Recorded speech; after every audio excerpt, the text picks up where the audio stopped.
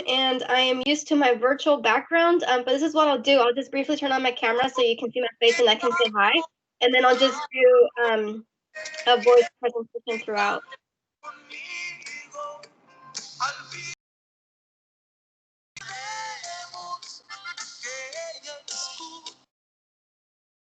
I like Bronco too, but sorry.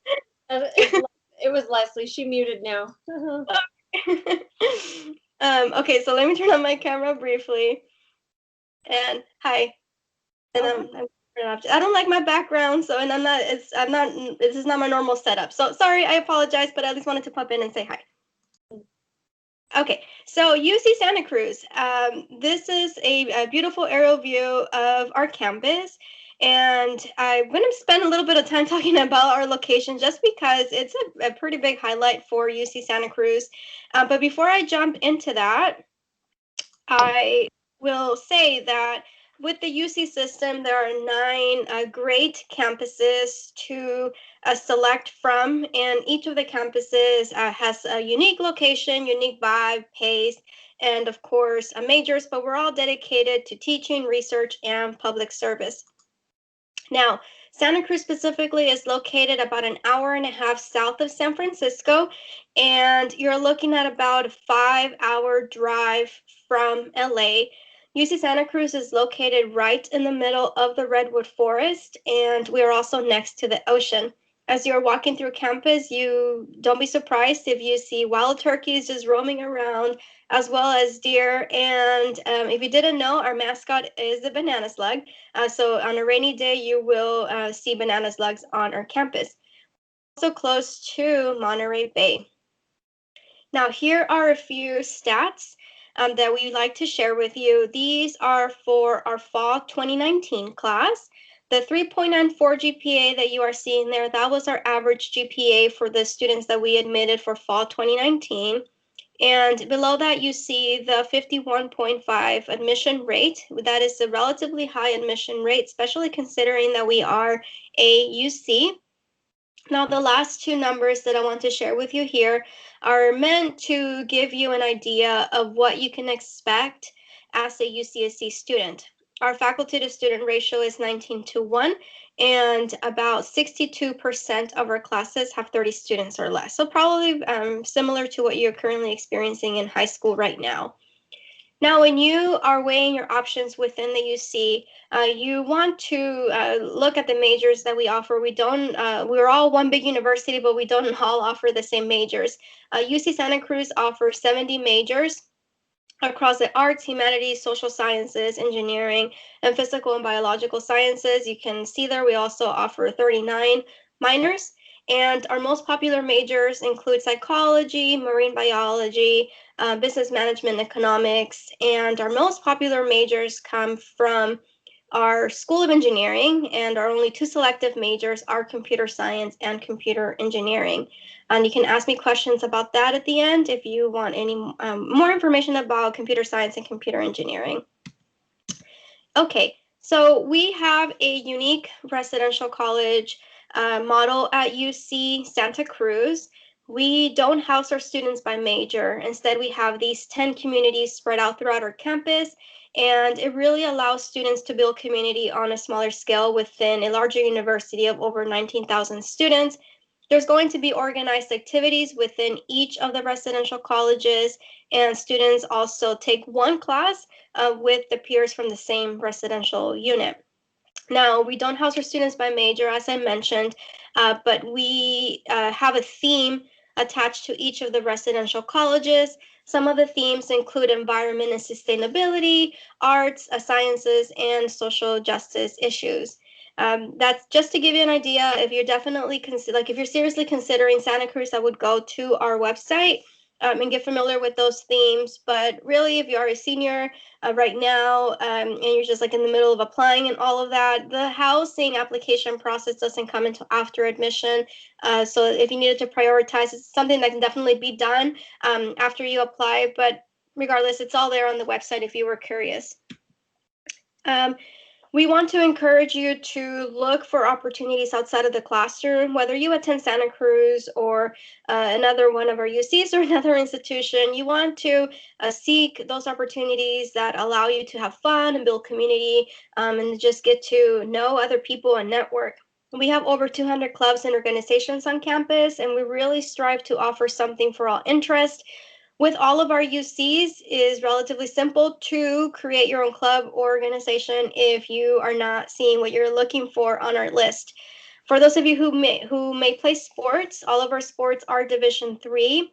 We don't offer football, but we do have basketball, cross country, track and field, volleyball, water polo, and we really have a more extensive list on our Division 3 sports. If you want to play without having to try out, you just want to play for fun with other UCSC students, we do offer a number of intramural and club sports. Also, don't forget that we are near the water, so you can always, for fun, participate in water sports. Here, what you are seeing is a list of our resources that we have in place to help our students succeed on campus.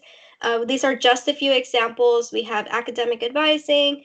We have the Educational Opportunity Program, also known as EOP, which helps our students that come from educationally disadvantaged backgrounds, that are first generation or low income. We also like to help prepare our students for after they leave UC Santa Cruz. So we have a number of internships and job fairs and graduate school advising, career coaching. And if you were to become ill while on campus, we do have a health and safety facility with doctors and nurses. And we also have counselors because mental health is important. Now I'm transitioning into our admission requirements. And after that, I'll go over some of the financial aid things. And those are the two final sections of my presentation. And then after that, we can transition into Q&A. So take notes if you have any questions for me. But as far as lights go, we're almost there. So what you are seeing here, these are our minimum admission requirements for all of the UCs. And so we are still requiring that students complete the minimum number of years for each of the A through G requirements that you see here. This hasn't changed. The only thing that has been altered because of COVID has been the grade requirement. We have always required a letter grade for the A through G classes. But now, during this year, because of the situation, we are accepting pass and credit grades. If you earn those grades during the winter, spring, and or summer 2020, you can let me know if you need any further clarification on that. Our minimum GPA requirement has not changed. It's still a 3.0 for California residents and higher for our non-residents, as you can see. And our test, so this is the last of the 3 minimum requirements, and this is probably what you've been hearing a lot about. So as of right now, the UC system is still test optional, and that change is not temporary. This is something that's staying with us, and for the UC system, again, overall, we are test optional. So that means that students have the option of submitting the test, and they won't be penalized if they don't submit a test score. And it also means that the UCs have the option of using those tests and deciding how they're going to use them. For Santa Cruz, it's very simple. We are not using the tests during our admission process. So again, UCSC won't be using the SATs or the SATs during our review process.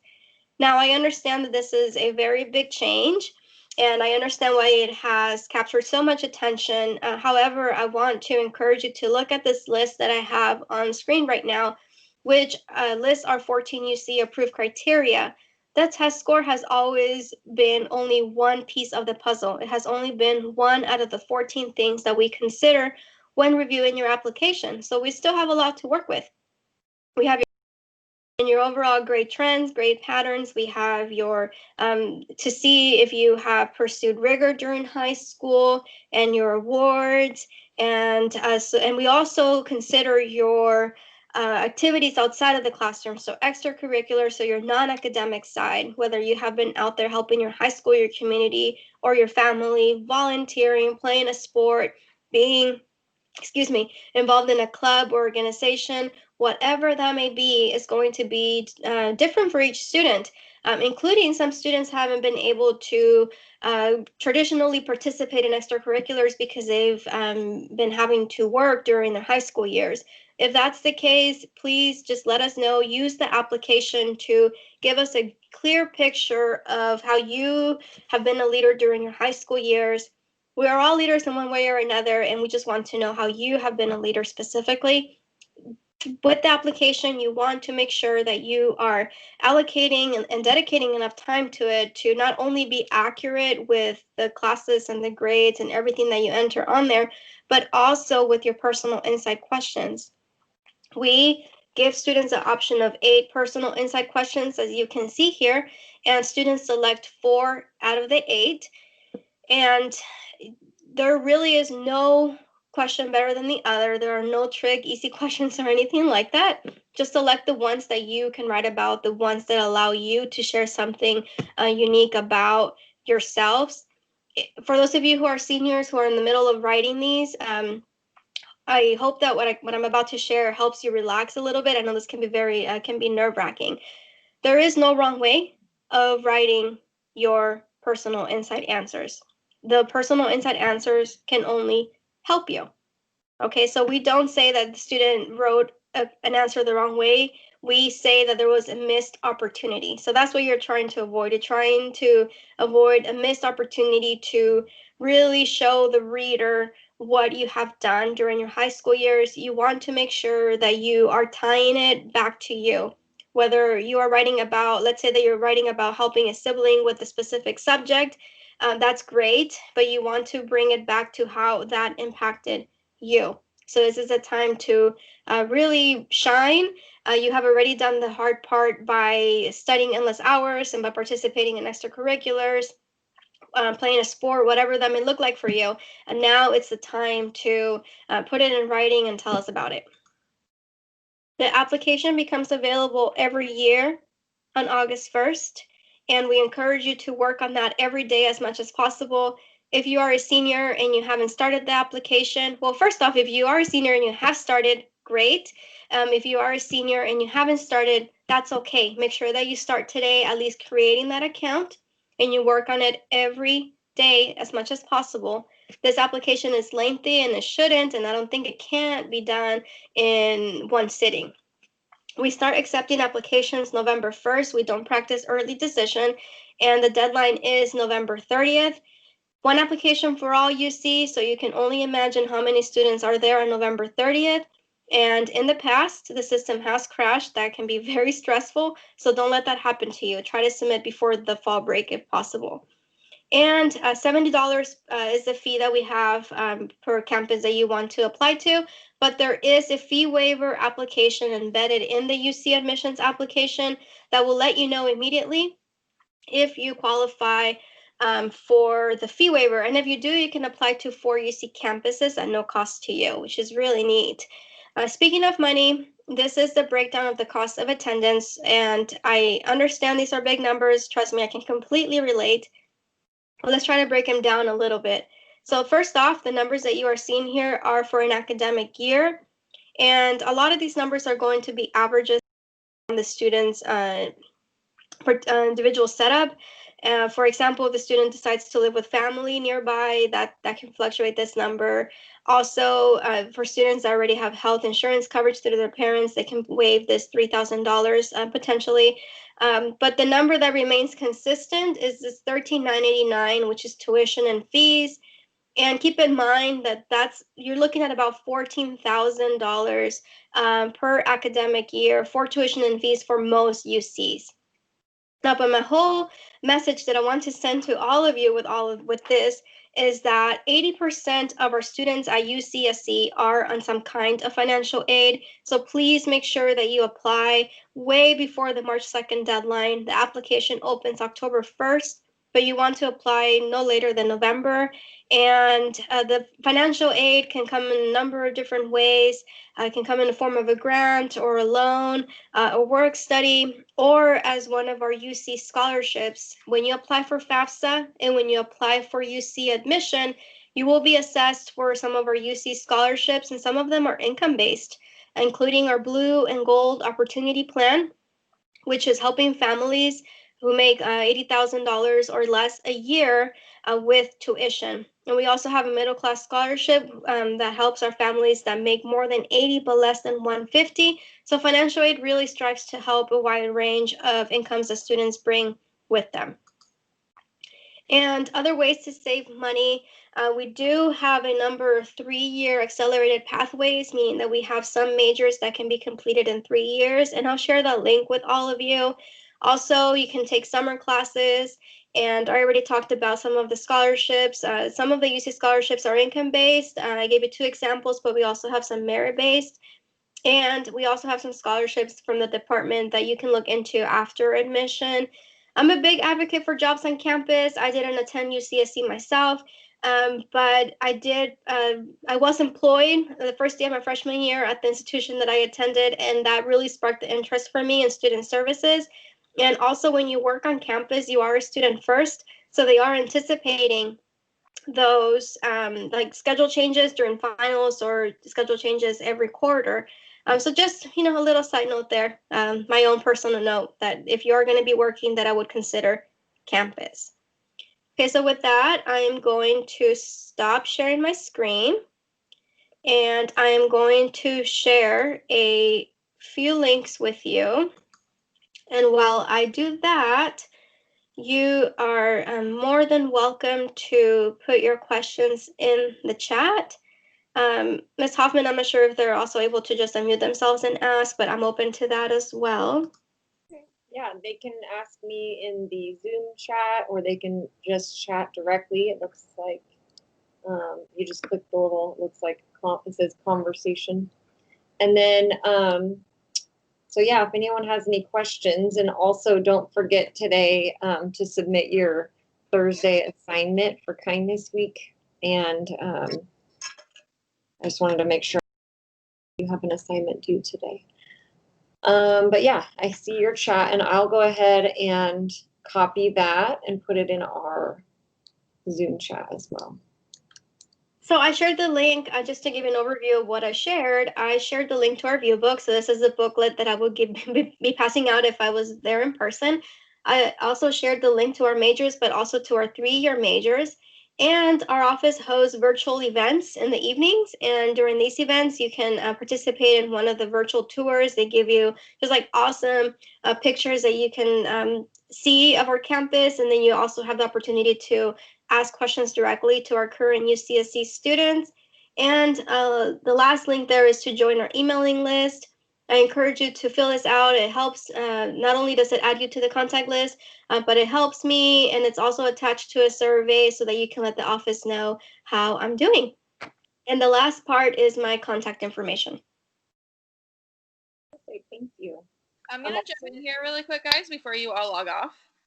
So I talked about this last period, but UC Santa Cruz is a really great choice for you guys to consider, not only because it's obviously gorgeous, but not a lot of their majors are impacted. So that's something that you guys really need to keep in mind when you're applying to schools, that, a school might have your major that you want, but it could be impacted, which means there's more students in the program than there is room. So that means it's a little bit more competitive to get into. Some majors that are impacted at a lot of colleges are like business majors, psychology majors, things like that. And UC Santa Cruz this year happens to be one of the campuses that doesn't have a lot of impacted majors. So you guys need to keep that in mind when you're doing your research on where you're going to apply. Yes, thank you for that. So it's also a great choice if you are undeclared, because going back to your point of not having a lot of impacted programs, it really allows for students to change their major or declare a major during the first or second year. I will just add again, computer science and computer engineering are our only selective majors. So if you are interested in that, you want to make sure that you select that on the application. Along with an alternate major, as those are the only majors that you can switch into at a later time. But other than that, we're not reviewing you by major, which is really great. That is great. Now I'm kind of bummed out that I went to college in Riverside. I could have been in the trees, right? Mountains. I mean, there's like trees and beach. I don't know, man. I don't think there's a better spot. I know. We're living vicariously through you guys. You need to make good choices. Yeah, and get me a shirt. Yeah. Actually, I just had a cheerleader get accepted there last year, Kira. I should ask her to get me one. I want a banana slug plushie. They have those at the store. I'm so mad I didn't get one. Oh my gosh, I'm gonna have to ask her to send me some swag for my Wednesday apparel. They have banana slug slippers, Miss Hoffman. Oh my gosh, stop. That's cute. That's the apparel right now. Slippers. Right? I haven't worn shoes the whole school year, so I'm trying to make it a thing for the rest until we are back in person. Mm-hmm. Now it's just a challenge to keep it up. Like, how long can you go? How long can I go without wearing shoes? All right, well, thank you guys so much for your help. Does anyone have any questions? Make sure you finish your Thursday assignment for Kindness Week and make sure you've completed the survey before you leave. But if you have questions, now is the time to ask, or you can always ask in the Zoom chat and I'll ask for you. Otherwise, that's all we got for you today. So. My survey too, that link too, there's boxes in there if you have any additional questions, and I'll make sure that your guys' questions get answered. Perfect. Thank you so much, Stacy, and thank you for this opportunity. And I'll see you again tomorrow too. Thank you for that. All right, guys. Thank you, everyone. And Ms. Hoffman, I believe you sent me an email, right? If you have time, I can stay on and sort of answer that for you. Yeah, and actually, I think Stacy already clarified it for me as far as getting access to your Zoom tomorrow. They just click on that link and sign up, right? Yes. Okay, so I'll make sure my second period does that tomorrow. Yes. And then I think I sent you the link where you don't have to go through that. Oh, you did? Oh, okay. I sent you a separate link. I think it may still ask it just for your name, but it won't have you go through the other registration. Oh, you're right. I think you did say this is for me and Stacy, and then this was for the students. Gotcha. Yeah. Yes, I got that. Okay. Oh, thank you, Leslie. All right, thank you.